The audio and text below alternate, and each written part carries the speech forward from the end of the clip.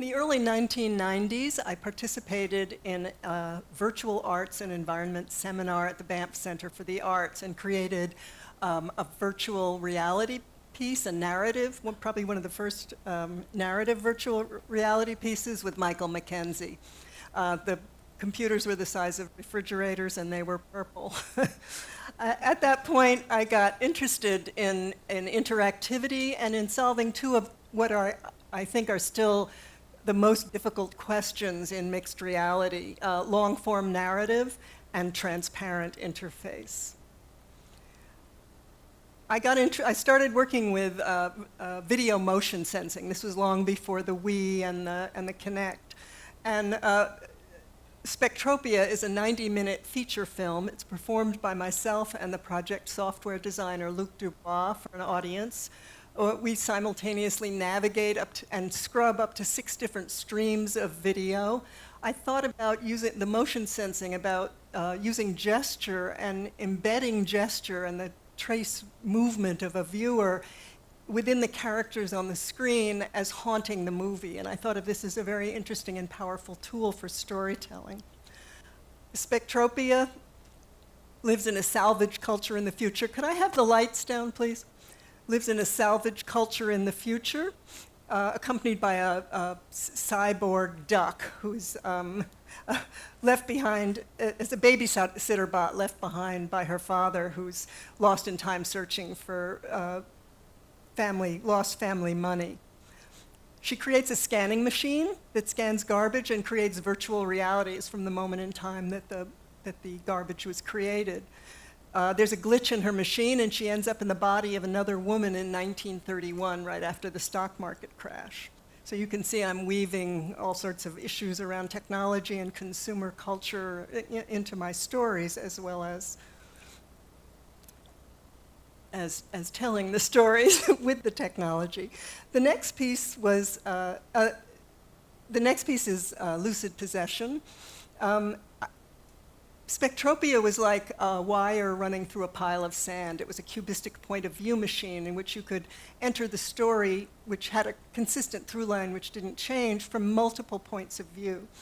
With Lucid Possession, I added three-dimensional robotic screens that could be controlled on stage with motion sensing or off stage with OSC controllers on iPads.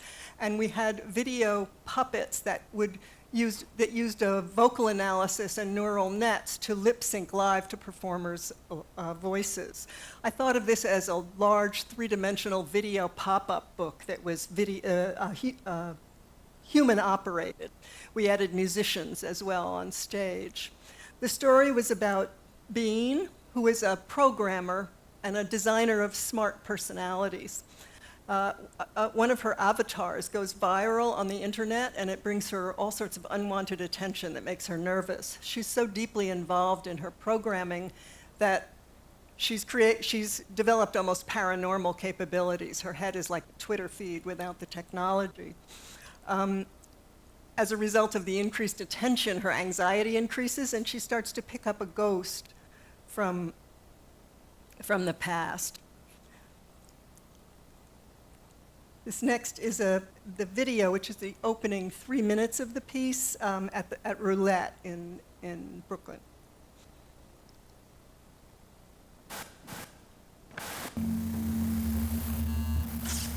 My head got stuffed with people.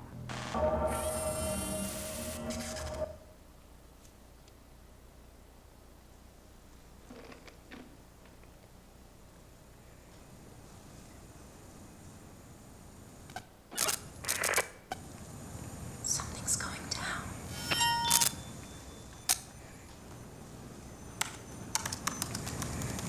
You know what it's been like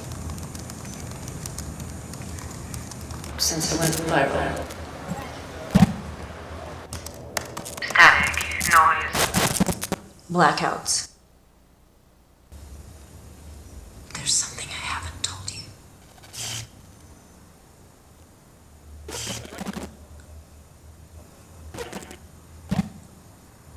The blank spaces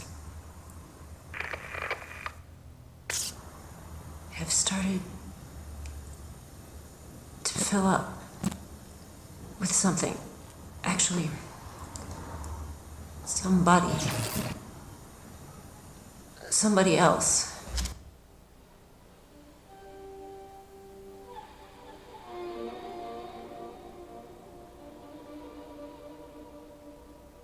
There's Blackout, but then there's noise. And suddenly I'm seeing out of somebody else's eyes. In some other time. And it feels like something's chasing me.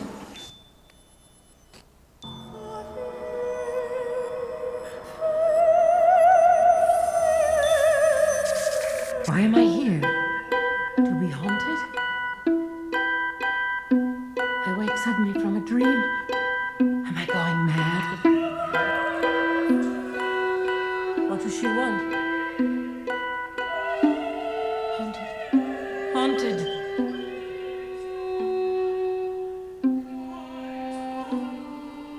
Haunted.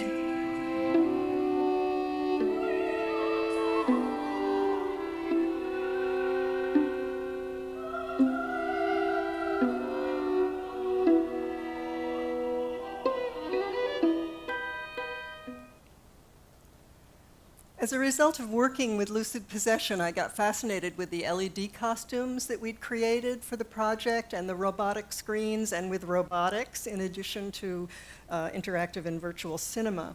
And so I decided I wanted to focus in more, and I started working on an installation project called The Dress That Eats Souls. It's a large robotic dress with a 14-foot screen and an overhead, a 14-foot skirt and an overhead screen. It uses a Kinect, and it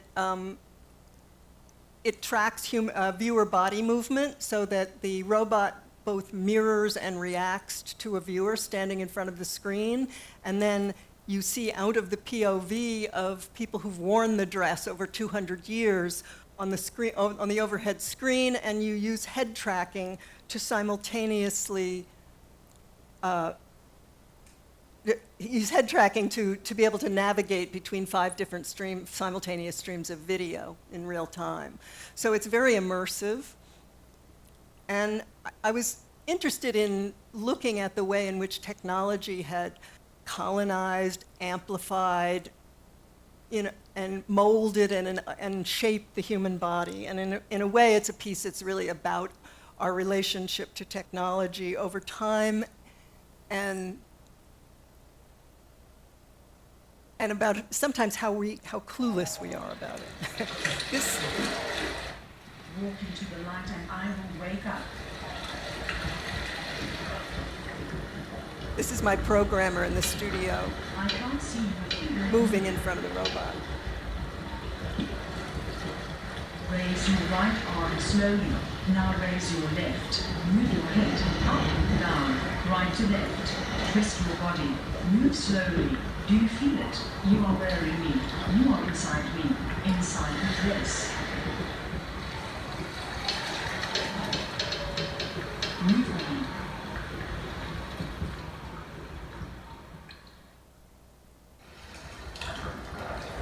At the beach, I walk with my toes in the sand.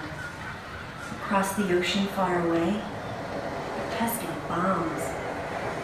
Bikini Island. And now they're calling my swimsuit a bikini. 4 triangles of nothing. Breast, bottom, privates. Here, water and waves. The hem of my dress whips around my thighs, and the sun is shining. Rays of sunshine raining down. They say bomb radiation goes right through you, and you can't see it or feel it. At the candy store on the boardwalk, they're selling atomic fireballs, and the hairdresser will give you an atomic bouffant. I have a bouffant skirt too. It's drip dry and has miles of fabric. It makes my waist seem so small. So this is a work in progress. We're working on robot behaviors and on the overall navigation and temporal shape of the experience. I think of augmented reality as the cultural imaginary of the moment we live in, because we live simultaneously in virtual and digital communities all the time. It's an ordinary part of our lives. Telepresent agency is an ordinary part of our lives. Working with TV remotes, ATM machines, and working on the internet is like a form of pedestrian spoon bending for us. So I think we are now in a position where we're hoping that our technologies can live up to the imaginary space that we've created. Thank you.